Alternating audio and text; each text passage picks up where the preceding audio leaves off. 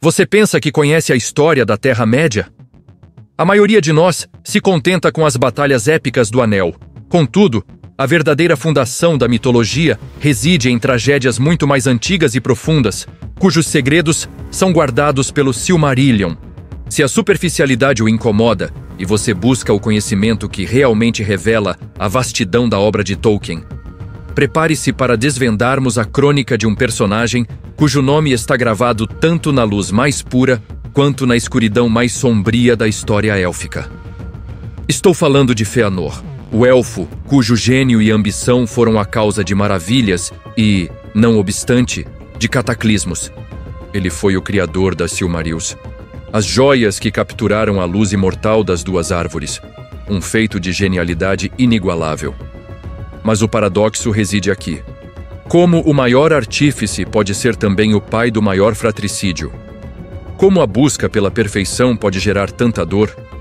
Hoje, você não apenas ouvirá uma história, você entrará nos salões de mandos, acompanhando a jornada épica de Fëanor, o elfo de chama interior incontrolável, desde o sacrifício de sua mãe até seu fim ardente.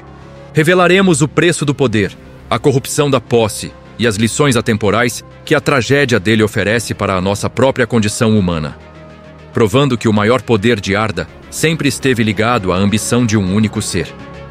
É fascinante notar que a própria gênese de Fëanor, o mais talentoso e, contudo, o mais perturbador dos Noldor, já trazia em si a semente da tragédia e do sacrifício.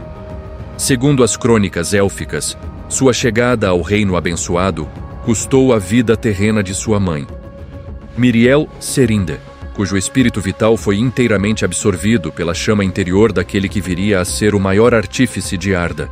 Não obstante, este evento singular é o paradoxo inicial que define o elfo. A criação, para ele, exigia um preço incomensurável. Este nascimento, marcado pela exaustão e partida voluntária de Miriel para os salões de mandos, estabelece um paralelo mítico com o perigo da ambição desmedida. O maior dom da vida, o nascimento de Fëanor, já se manifestava com um toque da morte, o esgotamento de Miriel. Em essência, a paixão indomável de Fëanor, a fé ardente que o impulsionou a feitos como as Silmarils, era a mesma força que o tornava uma figura isolada e incontrolável, incapaz de compartilhar ou ceder, mesmo com o amor de seu pai, Finwë, e de seus meio-irmãos.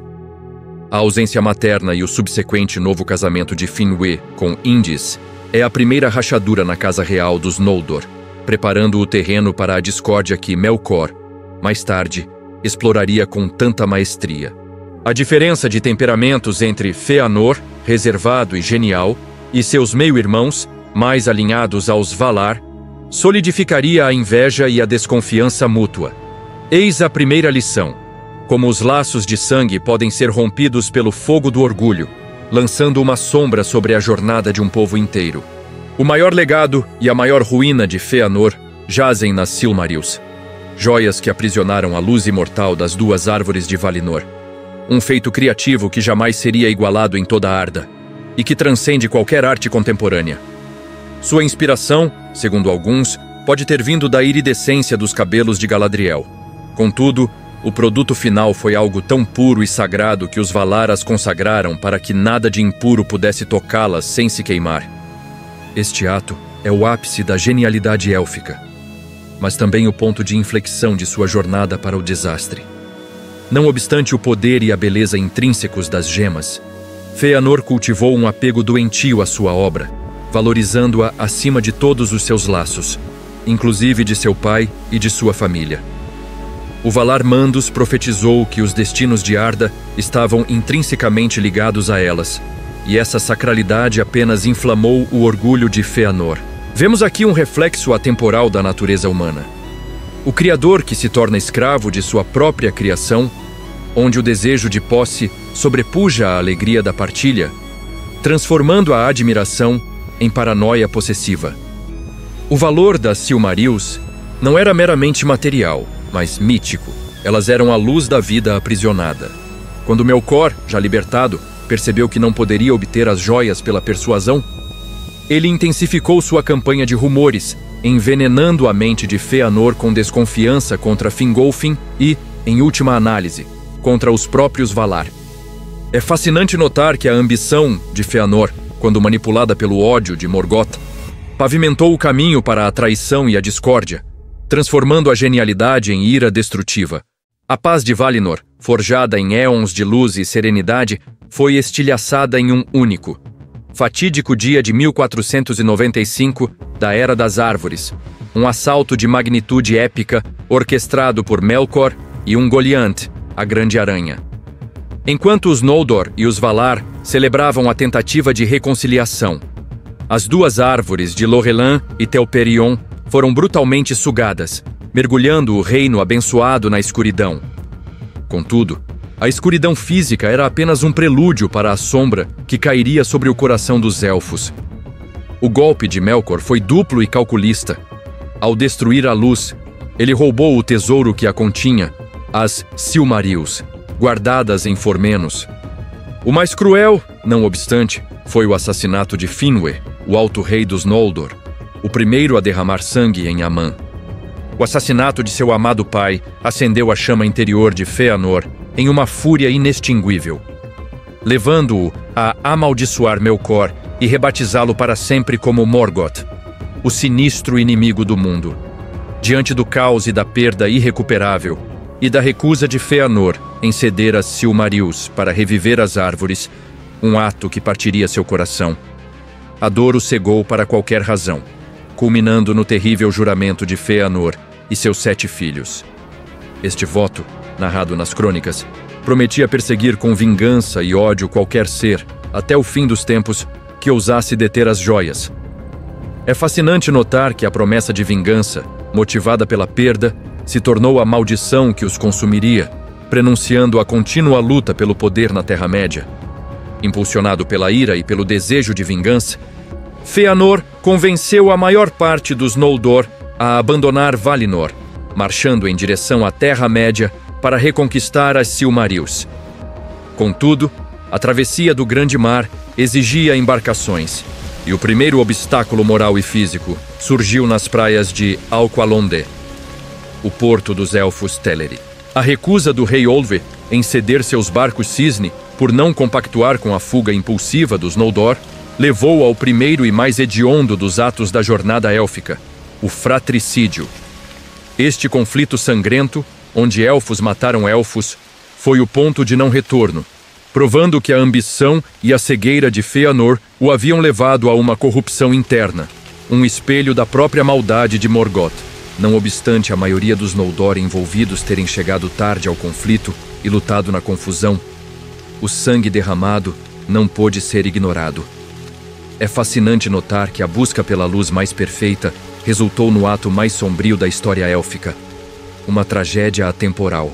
Como consequência imediata e severa, Mandos, o arauto dos Valar, proferiu a famosa maldição de Mandos, a Noldolantê, sentenciando os Noldor exilados a um destino de lágrimas incontáveis, traição e morte na Terra-média, e a inevitável destruição da casa de Fëanor.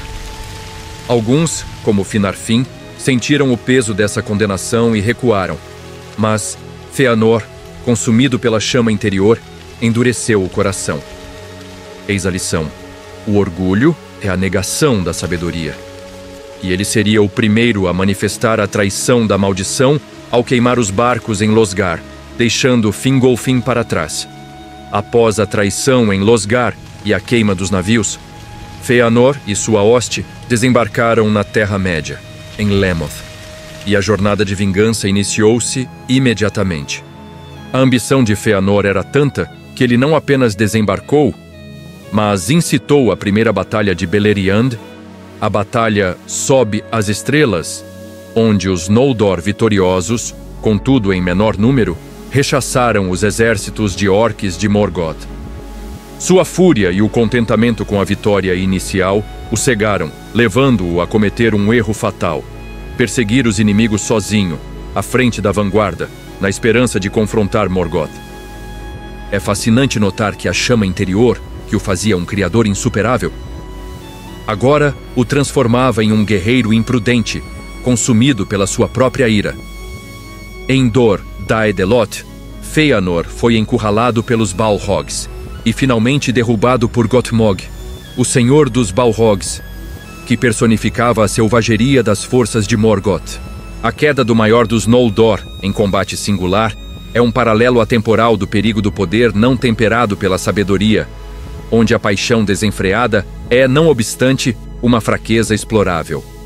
No momento de sua morte, ao contemplar de longe as imponentes torres de Tangorodrim, Fëanor teve a lucidez da morte. Soube que nenhum poder dos Noldor as derrubaria. Ele amaldiçoou Morgoth 3 vezes e transferiu o peso do juramento de vingança a seus 7 filhos, antes que seu próprio espírito ardente consumisse seu corpo em cinzas, sem deixar túmulo. Sua vida foi o preço da genialidade não controlada, e o legado que ele deixou foi o de uma tragédia épica que perduraria por toda a Primeira Era, sendo o juramento o maior de todos os fardos élficos.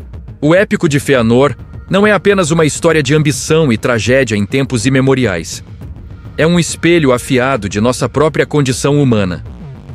A chama interior que o consumiu, o gênio criativo, a possessividade e a sede de vingança não ecoa na Terra-média, e sim em nosso presente. O juramento de Fëanor, não obstante ser um evento mítico, ressoa na forma como perseguimos o poder e a riqueza, muitas vezes sacrificando laços e a paz pela posse de algo que julgamos ser nosso. Pense bem, o que são as Silmarils em sua vida? É a busca incessante por sucesso, a perfeição inatingível, ou o objeto que você valoriza a ponto de permitir que ele corrompa sua jornada e suas relações?